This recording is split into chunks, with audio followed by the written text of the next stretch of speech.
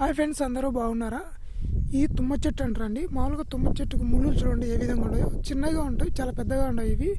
అలాగే ఇవి ఒక రకమైన తుమ్మకాయలు అండి ఫ్రెండ్స్. ఇవి చూడండి ఫ్రెండ్స్, ముళ్ళు ఎంతలా ఉన్నాయో. ఒక్కొక్కటి మామూలుగా అయితే చిన్నగా ఉంటుంది. చూడండి ఫ్రెండ్స్, ఎంత పెద్దగా ఉన్నాయో ముళ్ళు ఇవి. దీని లోపల కొద్దిగా ఖాళీ ఉంటుంది. మామూలు ముళ్ళుకు ఇవి చాలా తేడా ఉంటుందండి. తుమ్మ చెట్టు అంటారు ఫ్రెండ్స్. చూడండి ఈ తుమ్మ కాయలు కూడా ఏ విధంగా ఉన్నాయో.